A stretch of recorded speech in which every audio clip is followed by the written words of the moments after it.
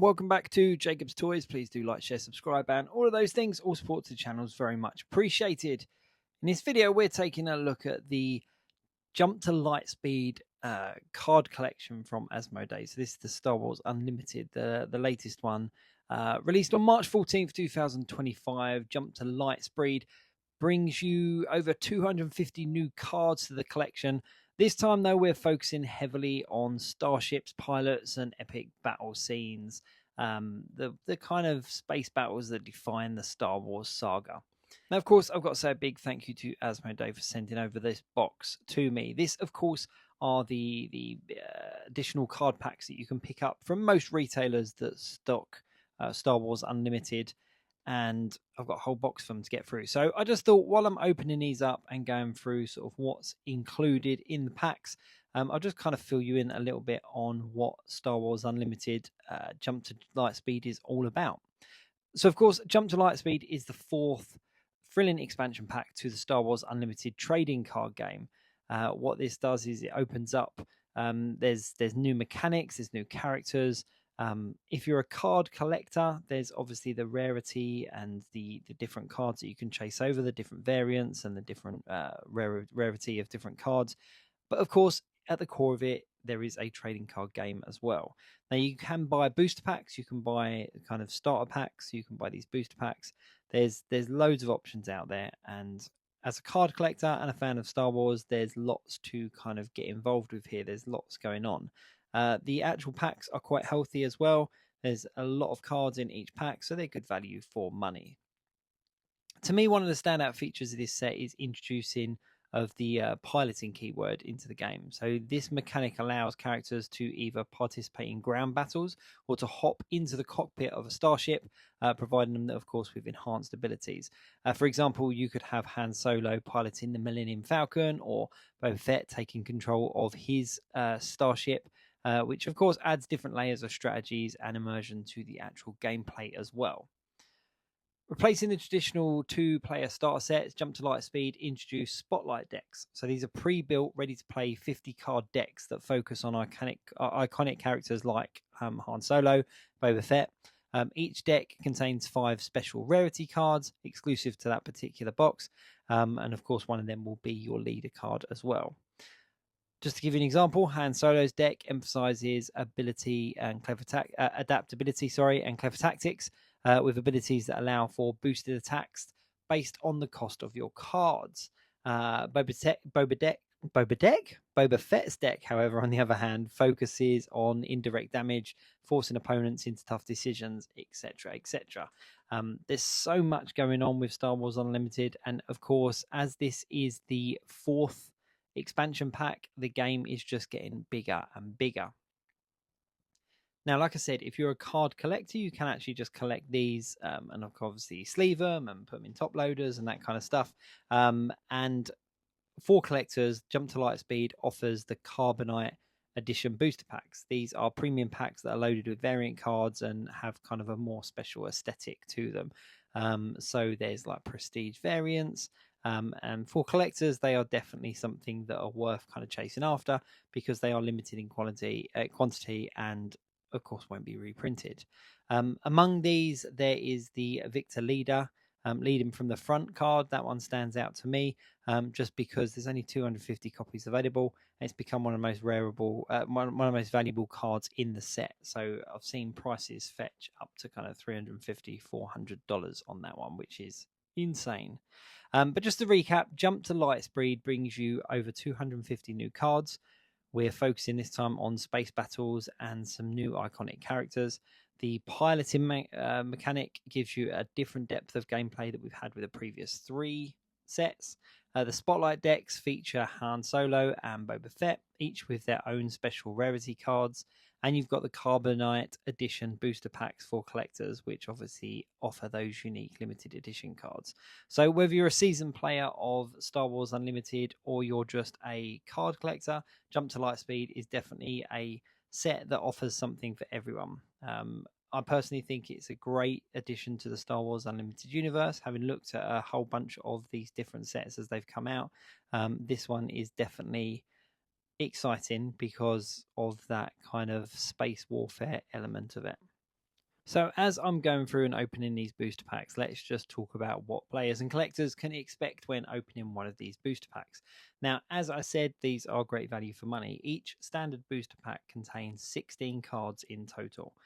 9 of those cards are going to be common cards. 3 of those cards will be uncommon cards. 1 of those cards will be a rare or a legendary card. 1 of those cards will be a leader card. 1 will be a base card. And 1 will be a foil card of any rarity.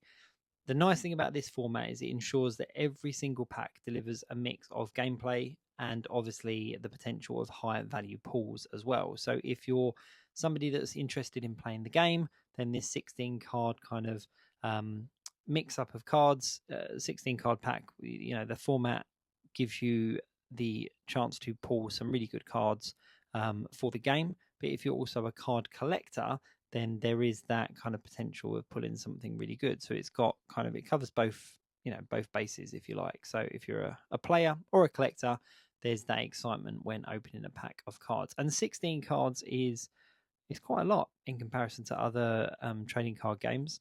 Now, the actual quality of the card is very good as well. Than what you would expect from a trading card game. I've got absolutely no complaints at all about the quality of the card. Just to kind of break it down though, so the leader and the base cards, these are guaranteed in every single pack.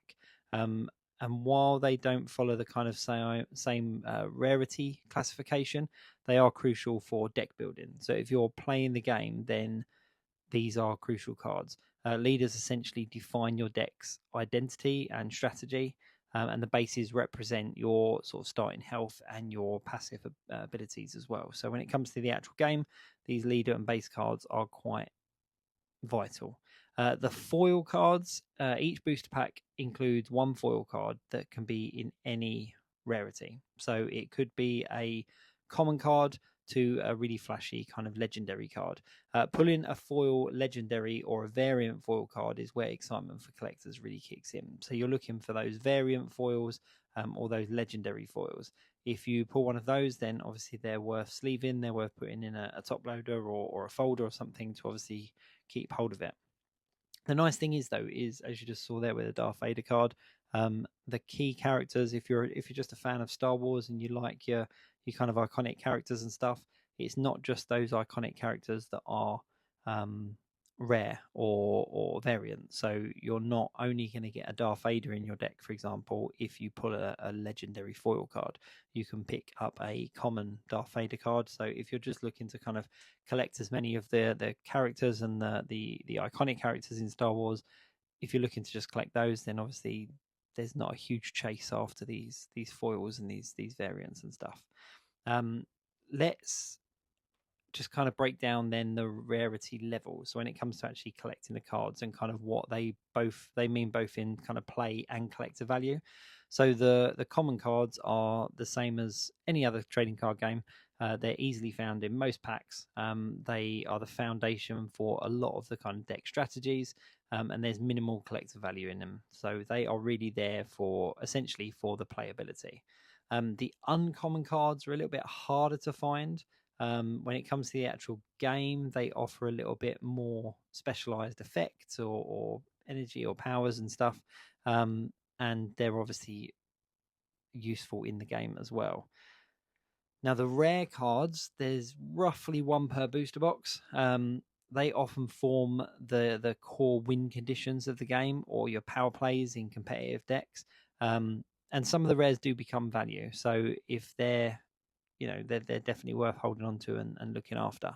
However, the legendary cards, when it comes to collecting cards, this is where you're kind of getting more into your chasing after them because they are much harder to pull. There's approximately a legendary card 1 in every 3 to 4 booster packs. So if you think there's 16 cards in each booster pack, 1 in every 3 to 4 booster pack, you're more than likely going to get a legendary card. These do feature iconic characters though, and they have incredibly powerful effects that go with them. So when it comes to the actual gameplay, they're definitely worth having. They are in high demand because of their gameplay, obviously aspects for people playing the game, but also for collectors because they look nice, let's be honest.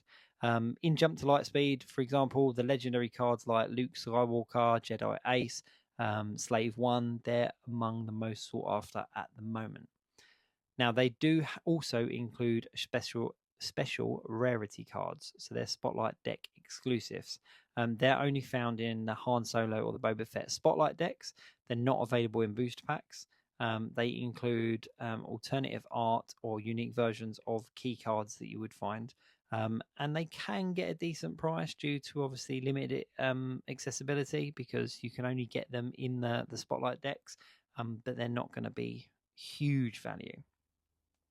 Variant foil treatments and prestige cards, that's where you're going to have a little bit more value, only because they're found mostly in Carbonite Edition booster packs. They include unique foiling, alternative art, and they're serialized as well. They're highly collectible. Things like the Vector Leader card, leading from the front.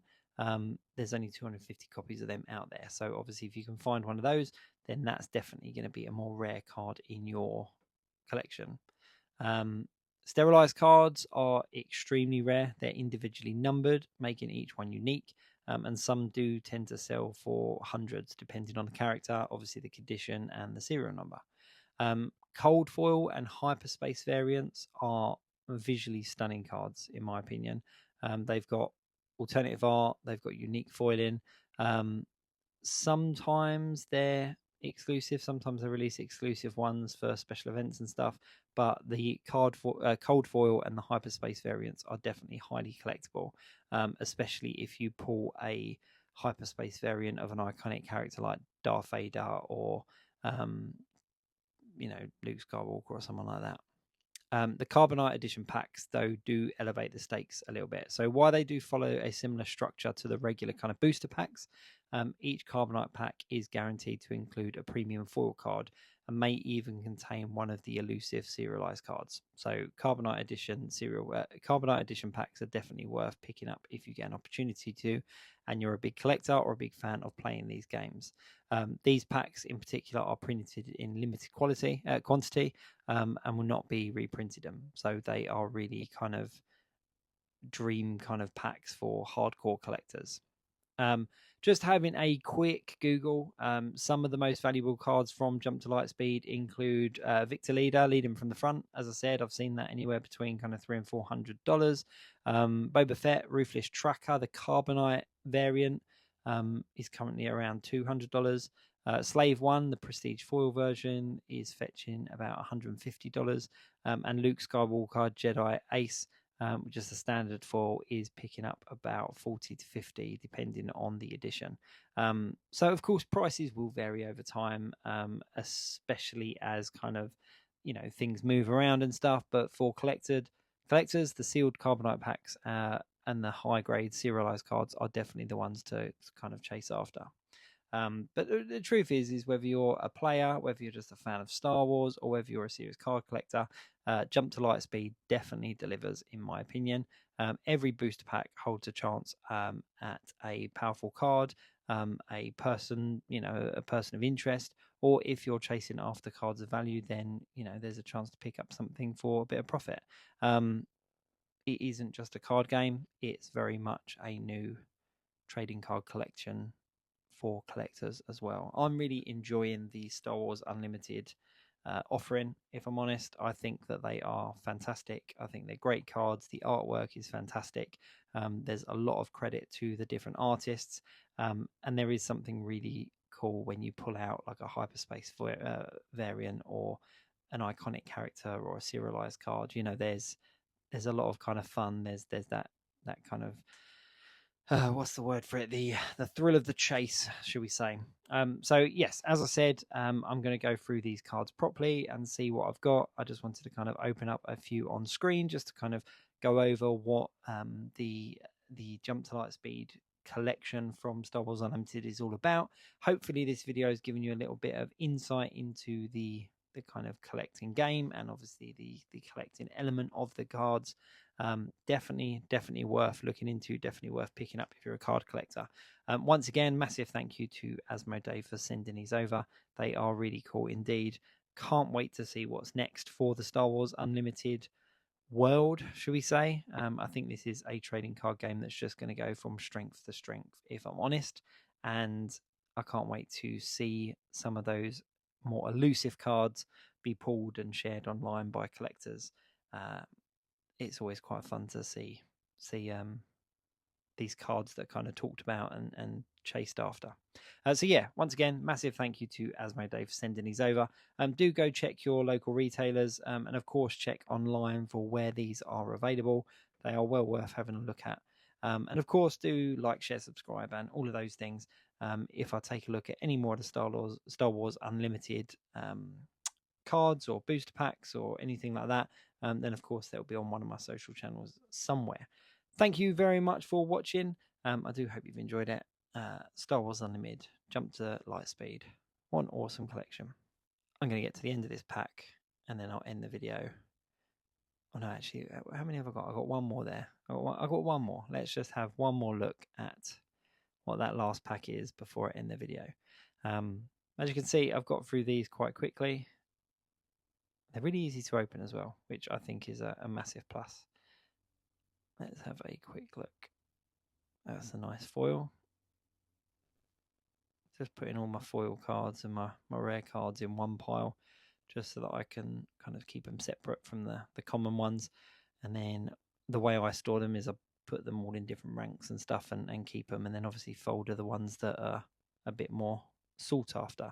But as you can see, I've got quite a big pile of rares and foils there from these packs. But there we go. That's it. Thanks very much for watching. I'll see you soon.